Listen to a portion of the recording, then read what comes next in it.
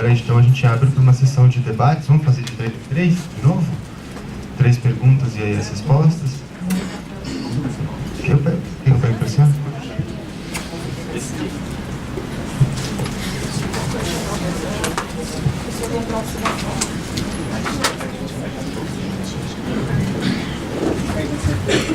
Então, enfim, está aberto. Quem gostaria de se manifestar?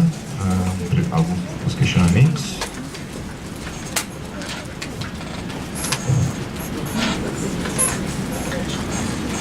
Vamos lá, gente, sem timidez.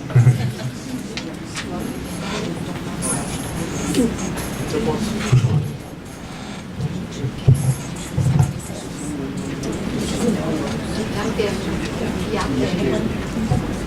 Boa tarde a todos e a todas. Quero agradecer a mesa, agradecer Carol, professora, pelas explicações. Professora, eu tenho uma questão e uma dúvida, que eu tenho acompanhado há algum tempo, de longe até os diálogos interreligiosos em São Paulo, e aí quando se trata das religiões de matriz africana, eu gosto de pensar essa violência muito a partir da fala da Carol, que ela é fomentada pelo racismo, inclusive, E a minha pergunta é, nos espaços de diálogos interreligiosos, o racismo ele é uma pauta, pensando ele como definidor das violências contra as religiões afro-brasileiras? Mais uma? Aqui acho que já tinha mais uma, que a gente faz 3. Oi, boa tarde, Andréia, E eu quero complementar a pergunta do Roger Cipó sobre a questão do racismo, Quando é suposto falar do diálogo entre as religiões, E a gente tem, e foi discutido muito isso de manhã, que há uma hierarquização. E aí eu quero fazer um recorte, Sobretudo que eu tinha lido um texto, e eu acho pertinente trazer, não sei quem escreveu, que a pessoa escreveu assim, olha, eu sou de matriz africana, quando eu estou com meu fio de conta, quando eu estou com a minha roupa, eu sou discriminado, recebo os olhares. Mas eu tenho a pele branca. Se eu tenho a pele preta, a minha pele preta eu não posso trocar. Então ela permanece. As questões fenotípicas, elas permanecem, E a gente tem a questão da matriz africana associada à questão do racismo. Isso já foi discutido de manhã, foi trazido agora à tarde. Quero também trazer uma pontuação, que é a questão das religiões em África, da religiosidade, ela foi quebrada pelo processo de colonização, em Nigéria. Tem um livro que chama, acho que é Exu, Senhor do Universo, que vai discutindo como o Exu foi demonizado, inclusive em própria África, e foi traduzido na Bíblia em Yorubá como Satã. Porque Exu, como foi falado aqui, ele foi o que mais perdeu nessa questão toda. É legal, não estou querendo levantar discurso de ódio, mas é importante lembrar que esse discurso de ódio, ele foi criado já. Como é que a gente resolve isso? Quando foi colocado assim, não pode se colocar na postura de vítima. Como na postura de vítima? Como que essas pessoas que vivem exclusão periférica, ou como alunos meus, que além de ser macumbeiro, é retinto, além de preto é macumbeiro, como que a gente dialoga com isso?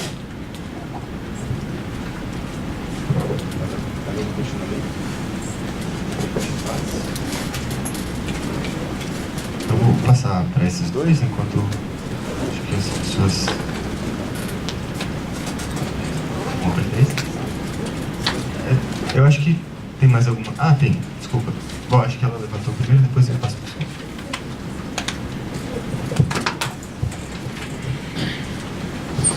você. Boa tarde, meu nome é Conceição. Na verdade, assim, eu queria que você, até as duas aí, as duas palestrantes, complementassem essa questão da ideia da demonização do nosso sagrado, que em primeiro lado, vamos dizer, o acarajé, que era de Inhaçã, ele acaba virando um acarajé do Senhor, que se por um lado ele é demonizado, ele também é apropriado. Eu acho que não foi falado um pouco aqui sobre a questão da apropriação cultural como uma violência também. Porque, vamos dizer assim, o acarajé, ele não é demonizado. Quem é demonizado é o negro ou o candomblessista que o faz. Porque se ele passa a poder continuar sendo comido, se a capoeira continua podendo ser praticada, a prática não é ruim.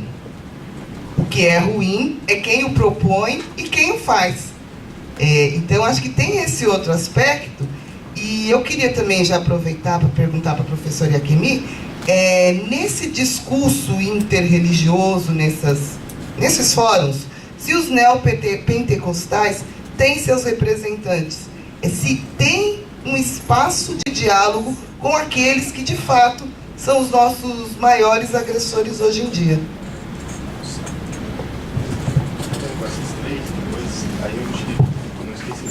Não, tá bom, tá bom.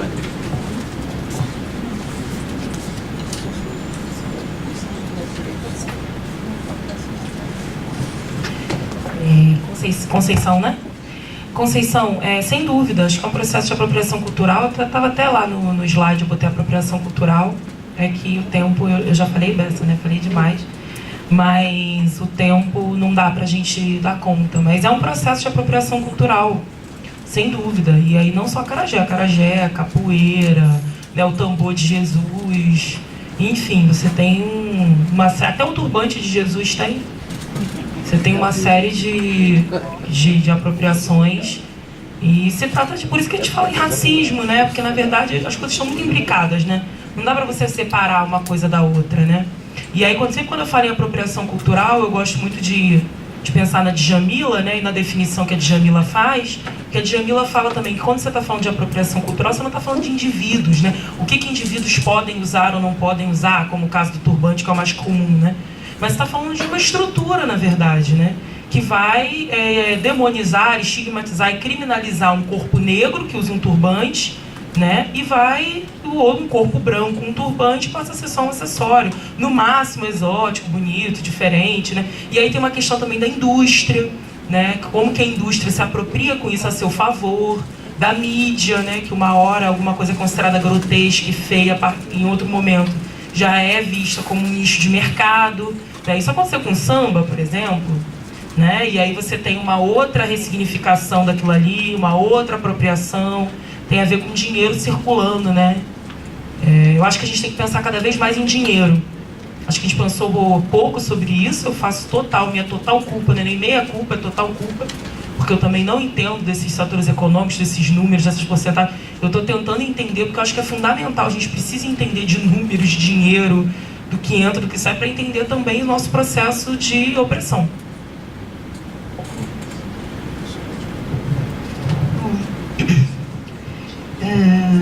Concordo com a Carolina, falta para a gente essa dimensão.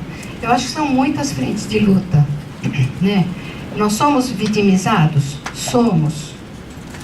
Olha agora quantas instâncias de enfrentamento que a gente tem, né? Porque a palavra, acho que uma das palavras-chave que a Carolina acabou de usar é ressignificação, né? Quer dizer, os estereótipos eles vão se diluindo, os estereótipos negativos, à medida que você vai ressignificando.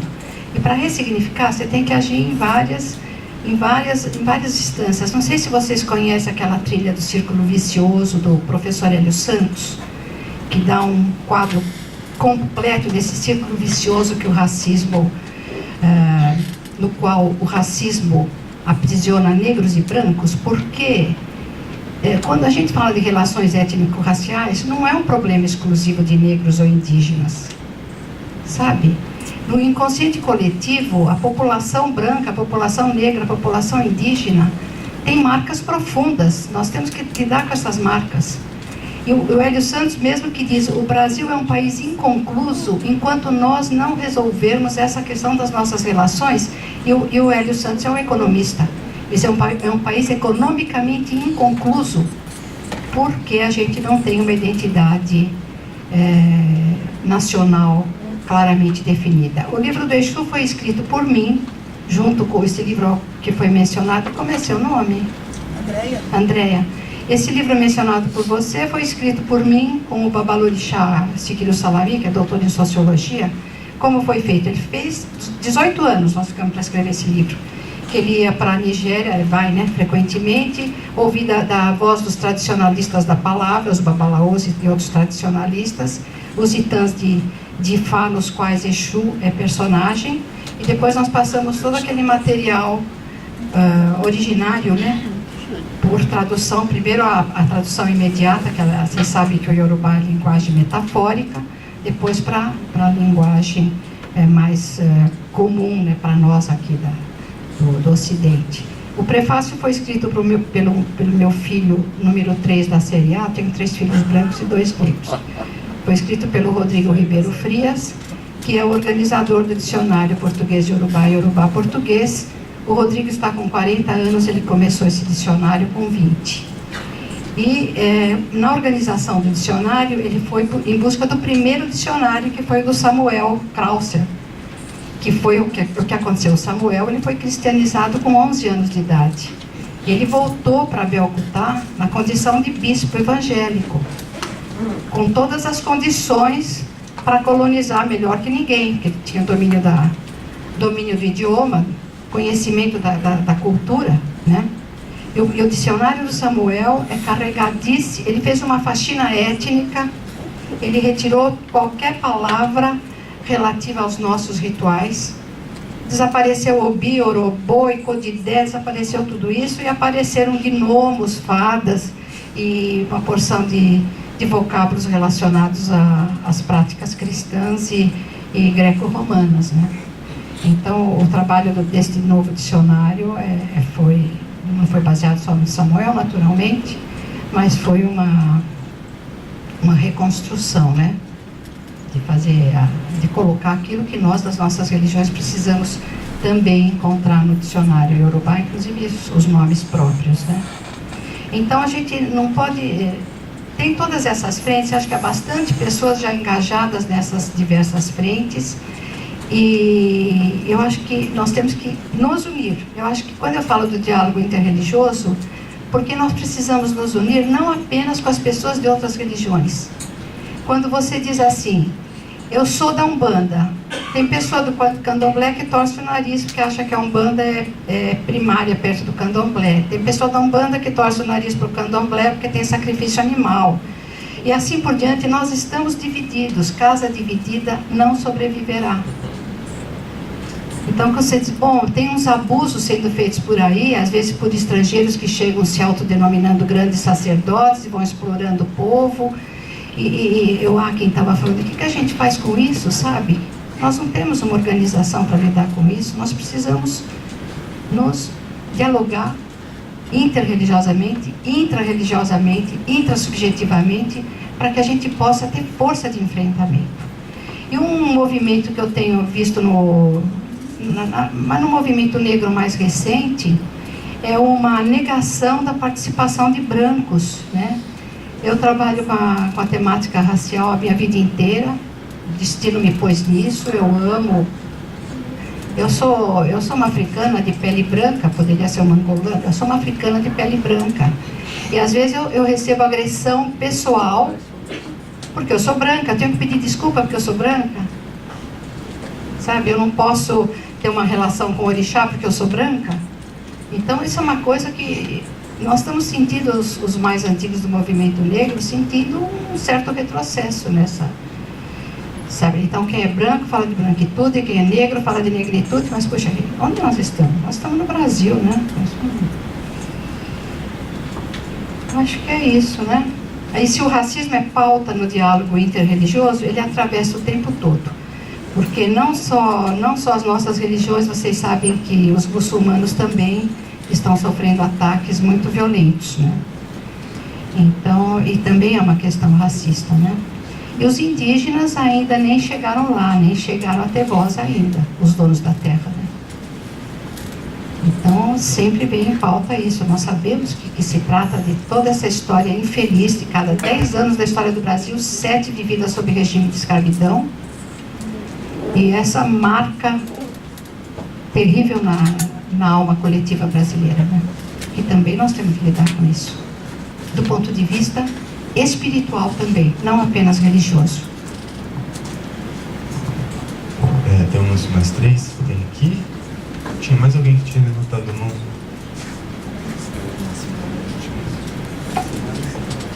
Tinha alguém por aqui também. Pode ver.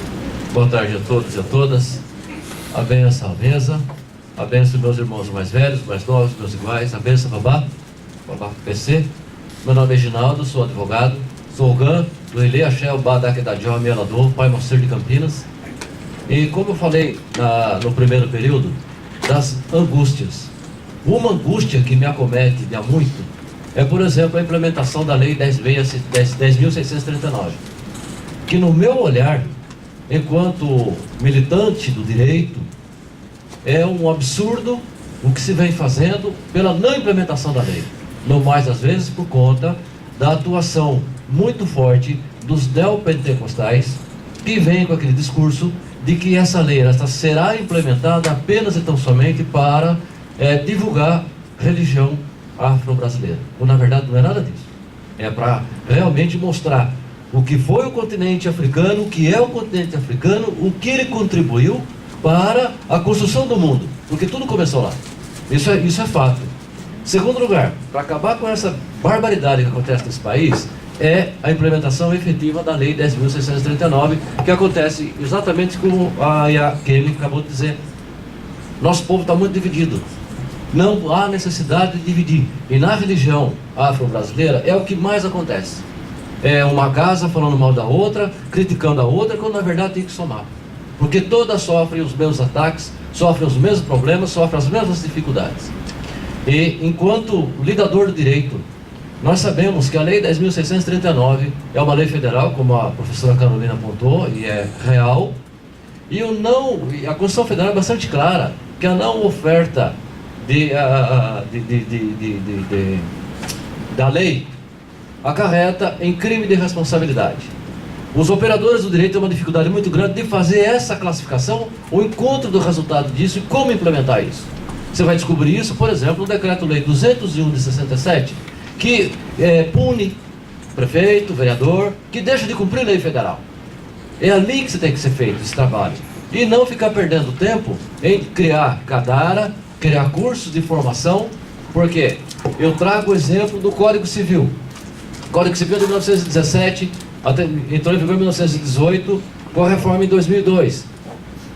Ele tem mais de 2.000 artigos e não se criou nenhum curso, nenhuma obrigação para você colocar em prática. Cumpra-se.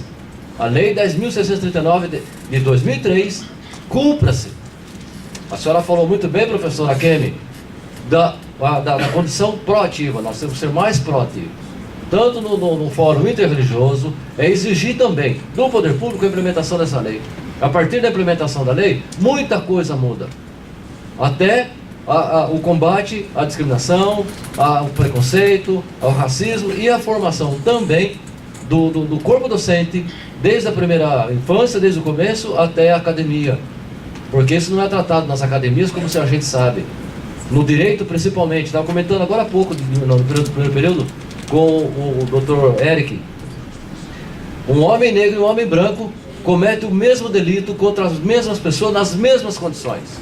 Preso pelo mesmo delegado, denunciado pelo mesmo promotor, julgado pelo mesmo juiz. O homem branco toma pena mais suave que o homem negro. Por que isso? Porque falta de conhecimento. Então, eu só queria passar essa minha angústia, e se vocês puderem compartilhar ou me ajudar, especialmente no Rio de Janeiro, porque tem lá o Instituto Iara, do Dr. Humberto Adami, que ele entrou com uma ação civil pública para compelir o governo do estado a implementar a lei. Isso eu gostaria de saber da senhora, professora. Muito obrigado. Tinha aqui atrás uma senhora que tinha pedido, então eu vou passar. Boa tarde, eu faço parte do Fórum Interreligioso. Meu nome é Cris e eu represento a bruxaria. Respondendo a sua pergunta sobre se tem neopentecostais dentro do Fórum, sim. Se há uma atuação efetiva do Fórum, digamos que nos últimos anos, sim, o Fórum vem se organizando. Tem aqui eu, aqui a Lê, aqui o Gui, que faz parte desse Fórum, mas, por exemplo, temos aqui também ele também faz parte do Fórum, temos também aqui a Sandra, já tem aí mais de... vou falar pouco, senão a gente vai revelar a nossa idade. de luta, mais de 20 anos de luta nesse caso de intolerância religiosa. Somos pessoas que estão nessa briga há muito tempo. O que eu vejo não é só a questão de fazer leis. Leis nós temos. Tem lei à vontade. O problema não é a lei. O problema, muitas vezes, está nas próprias lideranças que não vão atrás e não exigem. Vou te dar um exemplo simples. Se uma pessoa chega na sua casa te agredindo em cima da sua crença ou da sua cor, e você vai na delegacia e esse delegado não quer registrar queixa, você tem que anotar todos esses dados, pegar tudo, ligar na hora para o Ministério Público e exigir uma competência do Ministério Público. Acontece que nós estamos aqui, nós somos uma parcela, e nós estamos adquirindo essa informação, e essa informação que nós adquirimos aqui tem que ser repassada para os nossos grupos, e esses grupos têm que começar a se conscientizar realmente que eles têm que ir lá exigir. Na falta da pessoa, às vezes, não ter uma leitura, às vezes não ter um estudo, que às vezes, esse é o problema, né? As pessoas não conseguem verbalizar. Busque alguém da comunidade que saiba verbalizar. Nós somos formadores de opinião e temos que formar pequenas lideranças, para que essas pequenas lideranças, como um grande formigueiro, comecem a agir. Então, o nosso diálogo neopentecostais existe sim. Eles são abertos a esses diálogos, sim. Mas eles que estão no seu grupo são uma pequena parcela. Eles também têm dificuldade de dialogar com os próprios neopentecostais. Então vira uma corrente, entende? E nós temos dificuldade de dialogar com os nossos iguais. Porque muitos não aceitam e continuam se colocando embaixo do tapete. Então nós temos duas problemáticas aí. Então, assim, existe realmente esse diálogo, mas o que eu vejo maior dificuldade ainda é quando você vá a uma delegacia. Um exemplo que nós tivemos dentro do próprio fórum, que foi estava tocando um rito agora, eu só não me lembro se é um banda ou candomblé, não vou me lembrar. Mas estava tocando um rito, o vizinho veio, começou a bate-boca, aquela coisa toda, acabou tendo uma pessoa esfaqueada. Quando ele foi na delegacia, é registrado como ela mesma disse, uma briga de vizinho. Então, cabe a quem foi agredido ir lá e falar, não é, isso aqui é uma intolerância. Ah, não vou registrar. Vai. Não vai? Então tá, vamos pegar o nome, dar os dados, tudo, e vamos até o Ministério. Vai registrar. Ele é obrigado a registrar o boletim. Sem esse boletim, nós não temos estatísticas. Sem estatísticas, eu não posso chegar na autoridade lá e falar assim, ó, tá vendo aqui? Isso aqui é real. Então eu preciso de mais armas para me combater isso daqui. Agora foi feita uma coordenadoria sobre intolerância religiosa também. Essa coordenadoria só vai funcionar se a base aqui embaixo também funcionar. Entende? Então não é falta de uma corrente que tenha, ou leis. É falta da gente conseguir exigir na delegacia e nós formarmos, junto aos policiais, às autoridades, também essa conscientização. Tem que se fazer o boletim de ocorrência do racismo, da intolerância religiosa, de tudo isso que nos cerca. Chega na base. Aí chega na base. Aí a base age. Aí a coisa funciona. Esse é o grande nó, porque uma cúpula se reúne, mas se não chega na base, não adianta criticar a base que não faz algo, porque ela às vezes nem tem conhecimento ou uma defesa. Mas vocês podem participar porque as reuniões são abertas. A Sandra tem reuniões abertas, o Fórum Interreligioso aqui das Secretarias de Justiça tem reuniões abertas. É só vocês procurarem um pouquinho, é só ir e falar que a problemática é essa. E a gente começa a agir. Vamos então para as respostas, depois eu abro para mais, eu sei que já tem mais duas. Que na verdade estava fazendo de 3 em 3, mas aí eu passo para ele e para ela também, tá? Comentário? Reginaldo, meus respeitos. Eu acho que você usou uma palavra que eu duvido que alguém aqui não reconheça em si esse sentimento, é angústia. Porque você vê a Lei 10.639.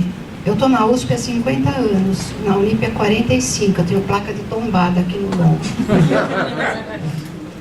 Então, eu tenho acompanhado teses de mestrados e doutorados de muitos negros e de muitos brancos. Né? Quando sai a Lei 10.639, depois do silêncio mantido sobre a África e tudo que é de África, ninguém estava preparado para isso. Eu estou vendo acontecer mais ou menos a mesma coisa agora. Como que nós vamos ocupar espaço no ensino confessional? Quem de nós vai poder... Quem de nós, são 5.000 escolas no estado de São Paulo. Só no estado de São Paulo são 5.000 escolas. Cadê o nosso povo preparado? Se o silêncio diz, né, um prêmio Nobel que o opressor mata 2 vezes, a segunda pelo silêncio, que tem a ver com parecido com uma fala feita aqui, né? Bom, nós desenvolvemos um estudo lá em Recife. A prefeitura financiava os professores para se prepararem para ensinar, para atender a Lei 10.639. Não havia condições básicas mínimas por conta desse silêncio. Então, a palavra é angústia mesmo, sabe? Só que a gente não pode paralisar com essa angústia, né? Como a Cris estava apontando alguns caminhos, a gente tem que se unir.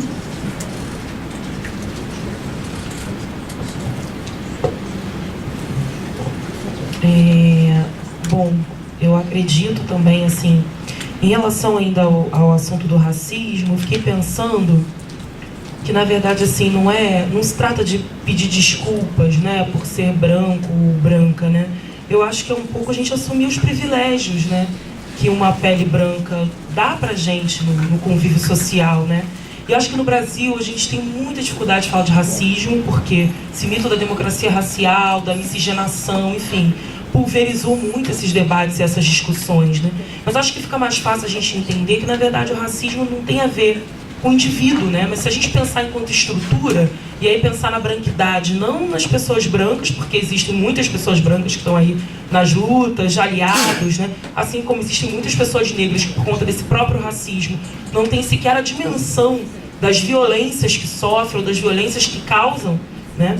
Então eu acredito que quando a gente pensa no racismo enquanto estrutura, fica um pouco mais fácil da gente entender como que a gente é um país racista, como que a gente está lidando, na verdade, com do que a gente chama de branquidade ou branquitude, enfim, qualquer um pensar nesses conceitos, enquanto um lugar de privilégio, e como a gente pensa também um lugar de luta, né? E de como a gente pode estar junto para resolver isso, né? E aí, sem dúvida, é aquela velha reflexão, né? Um país racista não é bom para ninguém, não é bom para quem é preto, não é bom para quem é branco, mas mata preto. E é isso que a gente tem que pensar muito, né? Quem é que está morrendo, né? Porque quem é que está no fronte, né? Mas não é bom para ninguém, não é possível que a gente entenda, né, quem é, né, com um mínimo de razoabilidade, né, de entender que você quer ter um país racista, né? Não quer ter. Até porque é isso, as nossas famílias são extremamente miscigenadas, né? De uma forma ou de outra, o racismo está atingindo a todos, né? Então é muito complexo. Eu fico pensando, por exemplo, e vira e mexe em palestras e tal, tem muito angústia, por exemplo, de mães brancas com crianças negras, né? Como lidar com isso, e a angústia de meu filho. Mas né? E essa criança está no front, tá para morrer, né? Isso é muito complexo, né? De como que a gente entende isso, como que a gente consegue ser aliado de pensar sobre isso, né? Porque realmente são dores ancestrais. E aí, falando do Babá Sidney Nogueira de novo, né? O Sidney fala muito disso, né? O Sidney fala, se a gente acredita em ancestralidade, a gente acredita, então, na verdade, que as dores que a gente sente, elas são ancestrais. Então, o fato de termos sido escravizados deixa em nossa memória, em nossa ancestralidade, em nosso corpo físico e espiritual, muitas feridas, né? E essas feridas estão conosco até hoje. Então, como que você supera isso, né? É tudo muito complexo e difícil. Bom, em relação a essa questão do Ogan Reginaldo, né? É isso, é uma angústia de todos nós, a Lei 10.639, ainda mais agora, né, que a gente tem escola sem partido, né, esses movimentos, né? Escola sem partido, reforma do ensino médio, tem dificultado bastante. Se a lei antes já não era cumprida, já estava super pulverizada, já dependia muito mais de iniciativas individuais, de professores, né? E aqui todos os meus respeitos e um salve aos professores e educadores desse país, que eles fazem milagres, e são milagres cotidianos. Qualquer encontro de professores e educadores nesse país, a gente é de ficar boquiaberto. O que esses educadores estão fazendo? Tirando leite de pedra, muitas vezes investindo dinheiro, tempo, força física que nem tem, sua própria, para poder valer um projeto. Porque muitas vezes a escola não está envolvida, você não tem apoio institucional, né? Muito difícil. Então, tem essa questão, tem a questão da formação, que é uma velha questão, né? De que não basta a lei, mas tem que ter a formação desses professores e etc. Tem outra questão que algumas pessoas falam de que a gente fala em formação, mas, poxa, hoje em dia todo mundo tem acesso à internet, já tem livros, você tem uma divulgação. Então, também tem muitos professores que também não têm interesse, né? Isso acontece também, né? Então, não é só a formação, acho que tem um racismo aí que a gente tem que vencer para entender que é importante, né? E o professor Munanga estava falando aqui mais cedo, por exemplo, sobre o fato da USP estar lidando lá com uma língua indiana, que eu nunca tinha ouvido falar, mas enfim, esqueci o nome. Por exemplo, não tem Yorubá, sânscrito, né? E não tem Yorubá, né? E não ter Quimbundo, não ter língua banto, né? E a gente não consegue entender, por exemplo, a origem das nossas próprias palavras, do que a gente come, enfim, de como a gente nomeia. É muito complexo, né? Mas eu acho que a gente teve avanços. Eu acredito muito nisso. Eu acredito que a gente teve avanço, acredito que a lei é um avanço, acredito que mesmo com toda a dificuldade de implementação, a gente tem se organizado, sabe? A gente tem debatido, mesmo que de ponto de vista individual, seja de instituições, quanto de pessoas mesmo, de professores, educadores, tem sido feito coisas maravilhosas, tem tido uma produção de livros, de peças, de filmes, que eu acho maior sobre o assunto. A gente está aqui, né? A gente não está em qualquer espaço, né? É porque está com um banner, mas a gente está numa promotoria pública aqui, né? A gente não está em qualquer espaço. Isso não é qualquer lugar, né? E a gente está aqui. Né? Nós, de matriz africana, de candomblé, de roupa branca, os nossos fios de conta, com a nossa estética. Então eu acho que a gente teve avanços sim, mas acho que ainda tem muito o que fazer e a gente precisa pensar. E pensar estrategicamente, né? Como a professora falou, se a gente não for estratégico, a gente vai acabar, enfim, bem pior, né? E agora, em relação a essa questão das denúncias das casas, né? Eu fiquei pensando que, como você falou da questão do Ministério Público, gente, as pessoas não sabem nem o que é Ministério Público. Eu estava falando isso um pouco aqui mais cedo, de como que a gente não aprende sobre direitos, sobre leis, sobre as nossas instituições na escola. A gente não aprende, a gente não sabe para que serve, a gente não sabe nem que a gente tem direito. A gente não entende nem o que é cidadania, o que cumpre isso, o que exige isso ser cidadão. É muito complexo, que essas informações nos são negadas, e acho que muito propositalmente, né? É uma estratégia política. Tanto essas informações como, por exemplo, economia, que é uma outra coisa que a gente também não vê na escola. E a gente não sabe, a gente fica aí refém desses bancos, aí, desses juros, dessa coisa maluca, a gente não sabe nem como funciona isso, né? Então a gente não sabe o que é Ministério Público. Isso é muito confuso, porque realmente as pessoas não têm ideia de como se defender, tem muito medo também, né? No relatório no balanço sobre intolerância religiosa, o segundo maiores, né, alvos de intolerância religiosa, eu não gosto muito da palavra vítima, né, até um ponto que a professora falou também, né, que vítima dá a impressão de que a gente é passivo, né, e a gente não é passivo, né, mas o segundo principal alvo, depois das religiões de matriz africana, são os religiosos evangélicos. Só que quando você vai ver como é a intolerância religiosa com os evangélicos, as denúncias dos evangélicos sobre intolerância religiosa estão denunciando outros evangélicos. Os principais protagonistas das denúncias de violência religiosa contra os evangélicos são evangélicos. Então, olha que coisa, que dado importante para a gente pensar, né? Porque é isso também. Tem muitos evangélicos progressistas, muitos. Assim, parece que não, mas tem. Né?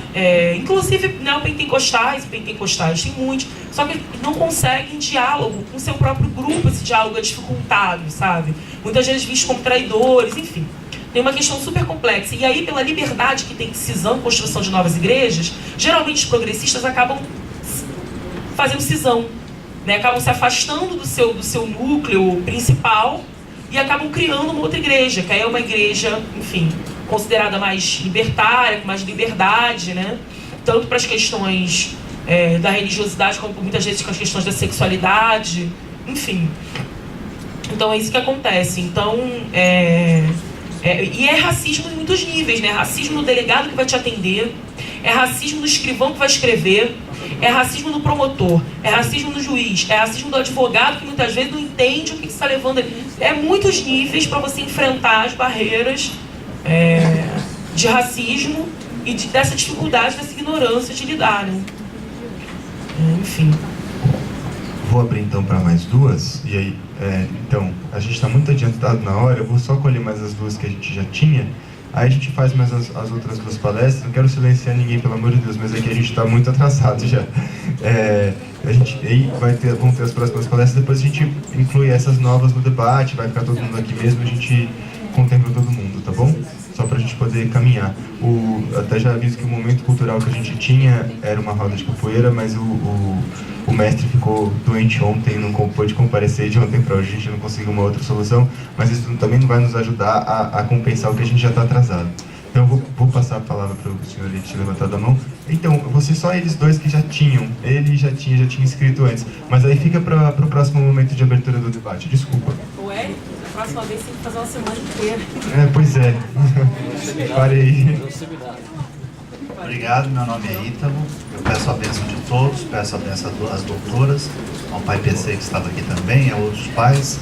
Mas eu sempre tenho acompanhado algumas palestras e a gente fica, não é desprezando ou menosprezando, mas a gente fica muito no mundo acadêmico e a gente fica muito no que aconteceu, é assim, está acontecendo isso. E eu queria saber o que é que está sendo feito, principalmente a senhora que é do Rio de Janeiro, o que é que está sendo feito no Rio de Janeiro com o prefeito neopentecostal e uma política que vai entrar aí agora, uma eleição que vai entrar agora, tá? Obrigado.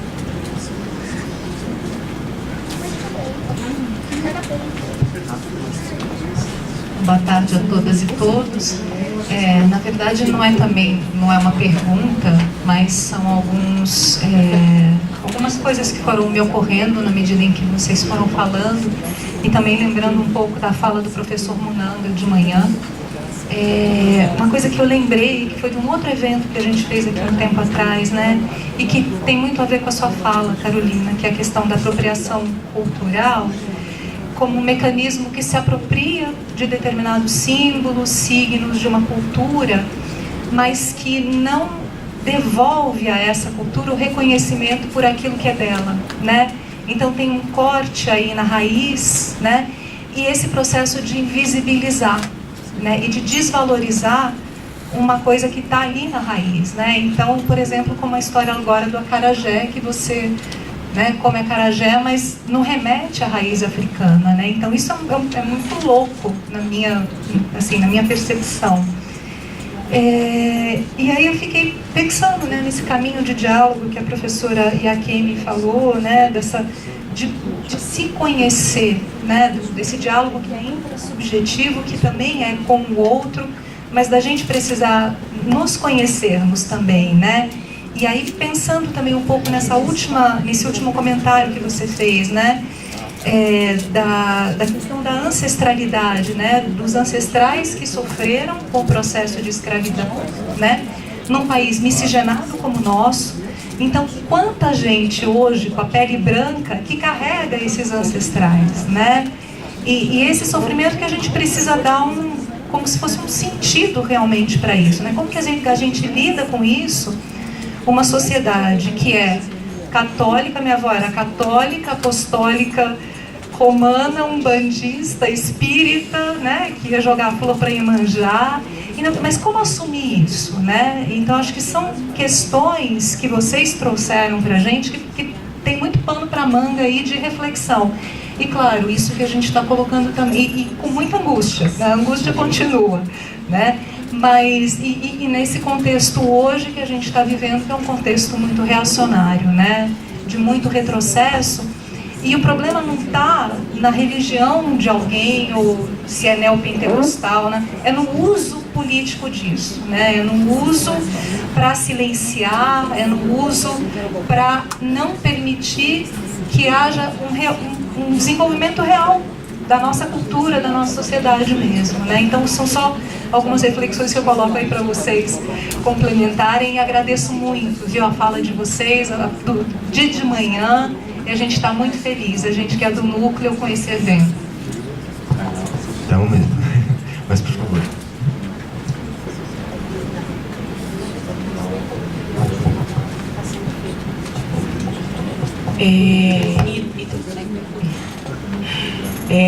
Então, eu acho que acho que você tem razão, o nosso lugar é um lugar de academia, um lugar de privilégio da universidade. É desse lugar que a gente está pensando, é desse lugar que a gente fala aqui, né? no meu caso aí, no caso da professora, mas acho que a professora também está envolvida numa militância, mas é um lugar da academia, um lugar da militância, né? Um lugar das próprias experiências, enquanto está nessas religiões tradicionais. O que eu acho, o que eu acho que a universidade tem de importante nisso, né? E aí o professor Munanga fala muito sobre isso. Porque eu acho que, na verdade, e aí eu acho que vejo como uma mudança, é pensar que a gente está dentro da universidade, né? E aí pensar, enquanto mulher preta, de origem pobre, e, enfim, meu pai estudou até a 3ª série primária, por exemplo. Né? Foi a primeira das minhas irmãs a ter uma universidade, concluir uma universidade. Né? Depois mais 2 concluíram. Então é pensar, minha mãe foi empregada doméstica, né? Foi secretária, mas foi empregada doméstica, foi um monte de coisa. Então é a gente pensar, na verdade, que a gente está num lugar também, e aí estou falando um pouco da política de cotas, né, que eu não usufruí a política de cotas, mas que dentro da própria academia fui vendo muita gente entrar pela política de cotas, que é da gente pensar de como, na verdade, a gente está dentro de um lugar de produção de conhecimento. Então, a gente está dentro da academia, e aí levando em conta, na verdade, a autoridade que a universidade tem no Brasil, porque tem um lugar de autoridade que é esse lugar da universidade. E a gente queria muito que não fosse, porque, na verdade, existem muitas formas de produção de conhecimento. A universidade é apenas uma delas, né? Sem o chão da escola como outra. Você tem, enfim, as comunidades tradicionais de ter quanto conhecimento. Ninguém está cobrando, Preto Velho não cobra direitos autorais, né? Mas quanto conhecimento ali, né? E, enfim, as próprias favelas, as periferias, quanto conhecimento ali produzido e disseminado. Mas a autoridade que a gente reconhece é a autoridade da universidade. Então acho importante a gente primeiro estar nesses espaços, ocupar, e também fazer reflexão a partir desses espaços. Eu acho que isso atinge para além deles, porque é um lugar da gente dizer que a produção de conhecimento também é nossa, e os nossos corpos também estão ali produzindo, e aí a gente buscar também outras formas de produção fora desse mundo branco e ocidental. Eu não estou falando de pessoas brancas, estou falando do mundo branco ocidental enquanto estrutura mesmo, de pensamento, né? De cognição que a gente vai adquirindo. E eu acho que isso tem sido feito. Eu acho que, concretamente, em relação ao Rio, o Rio também tem seus fóruns interreligiosos, também tem seus grupos de terreiro. Tem sido feitas várias audiências públicas, principalmente depois de 2016, 2017, que foram uma quantidade enorme de casos na Baixada Fluminense. Então a gente tem várias audiências públicas sendo feitas, vários debates com o Ministério Público para tentar ver como que você resguarda essas pessoas, como você faz, não só com os que ainda estão nessas áreas sob risco, mas os outros que foram expulsos, né? Como que uma mãe de santo que teve a vida inteira naquele lugar, de repente ela é expulsa, botada para fora, seu sagrado todo quebrado. Como que é o psicológico dessa pessoa? Como que a organização de vida dessa pessoa volta a existir depois do que aconteceu? Enfim, tem uma série de questões, de grupos de apoio, as campanhas públicas, né, que é o que tem sido feito, que a gente faz. No Rio de Janeiro, a gente tem em setembro a caminhada em defesa da liberdade religiosa. Né, esse ano é a 11ª caminhada.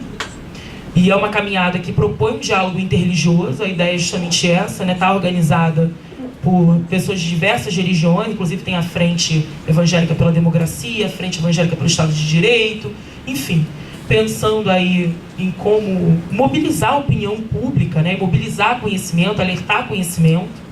Então, eu acho que é um trabalho esse, um trabalho de acolhimento. Em relação ao prefeito, eu já falei um pouco aqui mais cedo sobre isso. As nossas dificuldades são imensas, né? O prefeito assinou um termo de responsabilidade com as religiões de matriz africana antes de ser eleito, mas esse termo não foi cumprido. Né? Então a gente tem aí o caso da Márcia, né? Não sei se todo mundo acompanha na televisão, mas você ter certos privilégios para quem é de alguma religião, inclusive para atendimento público de saúde, para conseguir matrícula em escola, enfim. Eu falei um pouco aqui mais cedo sobre a questão das manifestações culturais populares de rua, de como os alvarás têm sido negados, não só para as festas, né, das religiões de matriz africana, mas também de samba, de capoeira, né, as aulas públicas estão com os alvarás negados. A gente tem uma dificuldade enorme de conseguir ocupar a rua, né, conseguir ocupar o espaço público. Então isso tem sido difícil, mas... enfim, as pessoas continuam aí ocupando o Rio de Janeiro, tem muita essa característica, né? Das coisas na rua, do samba de roda na rua, da palestra na rua, enfim, se ocupar mesmo. E eu acho que é isso, eu acho que a gente está se organizando, e aí dentro e fora da universidade, em fóruns, em coletivos, pensando saídas, pensando soluções. Tem um grupo midiático também de produção de curtas, de produção de filme, de produção de peças. A gente tem um grupo lá no Rio chamado Segunda Black, que é uma iniciativa, na verdade, que vem com outras, como tem em Minas, como tem na Bahia, que também está voltado para as religiões de matriz africana, para além de promoção da igualdade racial. Pensar também essas religiões de matriz africana, pensar em como você leva informação, né, para essas áreas. Dentro das favelas, a gente está organizando, tem muitos núcleos organizados, dos próprios moradores, não em termos de atividades culturais, e aí é uma coisa que sempre os coletivos e os núcleos falam, né? Às vezes, através do cultural, você consegue ainda ter um respaldo para continuar um outro trabalho, né? Então, muitas vezes, você tem isso muito grande, tem no Complexo do Alemão, Rocinha, são favelas aí de dimensões, enfim, enormes, em que isso tem acontecido, em que você tem jornais também populares circulando, rádios, na tentativa de fazer com que a informação circule, de que você tenha uma certa proteção, mas que você também tenha esses debates sendo levados, né? Então eu tendo a acreditar, como eu falei aqui na minha fala, as pessoas não são burras, as pessoas não são ignorantes, né? E o povo não é burro, que a gente chama genericamente de povo, né? Tá longe de ser burro, tá longe de ser ignorante. Não é só um voto baseado no clientelismo. Acho que não se trata disso. Na verdade, se trata de um Estado que nega direitos, né? Que nega cidadania, que nega visibilidade. E aí, muitas vezes, onde você tem um espaço para você pleitear, para você galgar alguma coisa, para você ter um pouco de respaldo, é um espaço através dessas igrejas evangélicas, que tem um discurso violento, que tem um discurso segregador, né? Então, como eu falei, nos próprios presídios, nas penitenciárias, nessas clínicas, né, chamadas de clínicas de reabilitação, então, na própria escola. Então, assim, como que isso tem sido difícil, mas acho que a gente não está sentado, a gente não está calado, a gente não está imóvel. Acho que a gente está trabalhando duro e trabalhando há muito tempo. Não é à toa que a gente tem aí as cotas raciais, não é à toa que a gente tem, que continua expandindo, né? Quando chegaram na pós-graduação, chegaram na USP, né?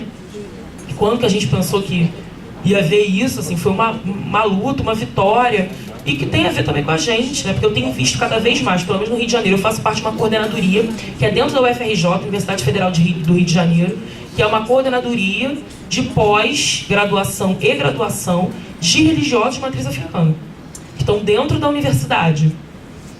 E é impressionante, tem uma coisa que a Bell Hooks fala, que é bem interessante, que ela diz que, na verdade, a intelectualidade de negros e negras, e aí eu estendo essa intelectualidade também dos religiosos de matriz africana, ela é uma intelectualidade que está a serviço da comunidade. Ela dificilmente é uma intelectualidade que está restrita à produção de artigos acadêmicos e essa esquizofrenia de produção de livros. Quase sempre é uma intelectualidade que está a serviço, né, que é colocada também na prática, que está pensada na prática. Né? Porque são as nossas experiências, né? A gente tem experiências próprias que nos levam a esse compromisso. Então eu acho que a gente tem um compromisso que ele vai muito além da gente estar preenchendo lates. É um compromisso com os nossos. E a gente tem levado isso como uma bandeira. Então, quando eu cheguei na Universidade Federal do Rio de Janeiro, nessa coordenadoria, e eu cheguei lá, eu estava desistindo do meu doutorado, com problemas muito graves no meu doutorado, enfrentando racismo, né? E aí, quando eu cheguei lá, eu vi um espaço de acolhimento, em que eu podia ver os meus... Em que eu estava lá, tem babalaôs, tem babalorixás, tem alorixás, tem iaô, tem abiã, tem tudo, de todas as cores, de todas as origens, de todos os bairros, de todas as classes sociais, e a gente está junto pensando nas nossas comunidades. E são pessoas que não estão lá fazendo o seu trabalho estrito centro, sentado atrás de uma mesa, não. Estão na rua, até porque muitas vezes estão lá no front, né? Passando pelas dificuldades. Então, enfim, eu sou, como a Alessi Brandão falou mais cedo, eu tendo a ser otimista, que apesar de todos os pesares, apesar da gente ter a sensação de que o nosso retrocesso está imenso, eu não sei se o nosso retrocesso aumentou, ou se, na verdade, a gente aumentou a nossa resistência. E é isso que tem incomodado muito. E é esses debates que têm surgido muito, porque eu não acredito que exista nenhuma força violenta que não tenha um contra-ataque. Então, acho que a gente está respondendo. Gente, eu vou falar um pouquinho mais.